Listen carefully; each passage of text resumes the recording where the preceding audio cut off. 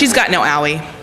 She just wants to be good. So we give her a Band-Aid, and my 2-year-old niece that not 3 minutes earlier had been completely flipping out about Band-Aids is showing her how to put it on. Oh, here's how you put it on. Here's how the Band-Aid goes. You just do it like that, Kay.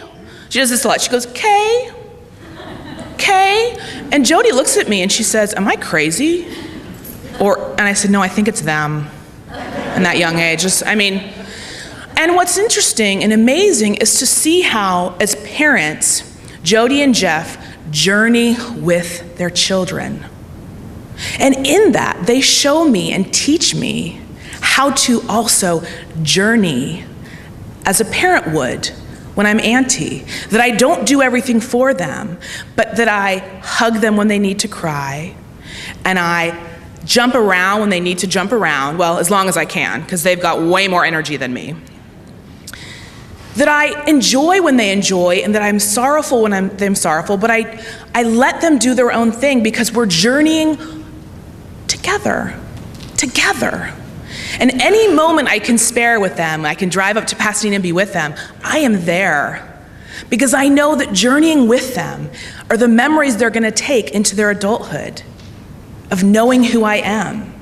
They're not gonna remember much of what I say, sadly. I seem to hope that my wisdom will carry and reverberate through the ages, but that's not the case. They're gonna remember when they splashed me in the pool and they thought it was funny and I got all wet. They're gonna remember when I read a story to them. They're gonna remember when I got them the juice they didn't like and they thought it was funny. Those are the things they're gonna remember, because being with them is teaching them about life, isn't it? And it's teaching me about life. Now, on our website, if you've gone to it, I hope you have, it's gorgeous, it's awesome. There's a part on the website called fellowship, right? Fellowship, and you can click on it. And sometimes we think of the word fellowship as a very benign word, as a very unspiritual word. But the truth is that sometimes fellowship in a church can be the most powerful and engaging of spiritual disciplines, isn't it? That fellowship, that being together. Leonard Sweet calls it, in the series we're going to talk about this summer, the witness of Christ, the witness of being with each other. Because being a part of the witness of Christ is being a part of a church on a mission, a church that's growing, a church that's developing. And he says this, he says, without the involvement of others in your future, you have no future. And he says, we need multi-leveled relationships with many different kinds of people to be healthy and whole. Because our society is not getting more simple, is it? It's getting more complex. And so the kinds of relationships we have around us will help open us up to understand how to engage in life as we're Christians.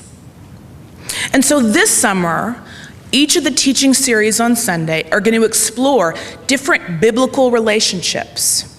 On July 10th, I'm going to talk about Paul and Timothy. For me, one of the ultimate mentoring relationships in the Bible. There's going to be people talking about Jethro and Nathan, and there's a whole list. We're going to have some guest speakers. But the theme, as Matt pointed out during announcements of the summer, particularly for the little kids, is about friendship. And friendship is such a benign word. And if you're on Facebook, I have over 1,000 friends, right? Someone friended me. Do you want to friend you? I friended you. I defriended you. I unfriended you, whatever. But actually, really being friends with someone is powerful and engaging and makes us who we are. I went to several graduations this week, and I don't think any of those youth, any of those who graduated or got promoted or, moved on, will think of their time in school without looking around at their friends. Do you? Do you think it's all about just studying? We hope it's all about studying, right? But the reality is It's about who sat next to you in class and what friends you made and some of the extracurricular activities you did and who were those teachers. I still remember some of my favorite teachers. To this day, I remember my 3rd grade teacher and how she mentored me. She was the one that made me want to teach. She was the one that eventually inspired me to want to teach even in this way, even in this setting. Because those relationships are powerful. So this summer, if you come along with us on this journey, on this indispensable summer, we're going to explore those potential relationships. Because this life is about being on a faith journey, and not a faith journey alone. So I want you right now to take a minute and just look at who's sitting next to you or behind you on the pew. No one's with me. My water bottle. Look up there. The choir's with me, right? The choir's with me.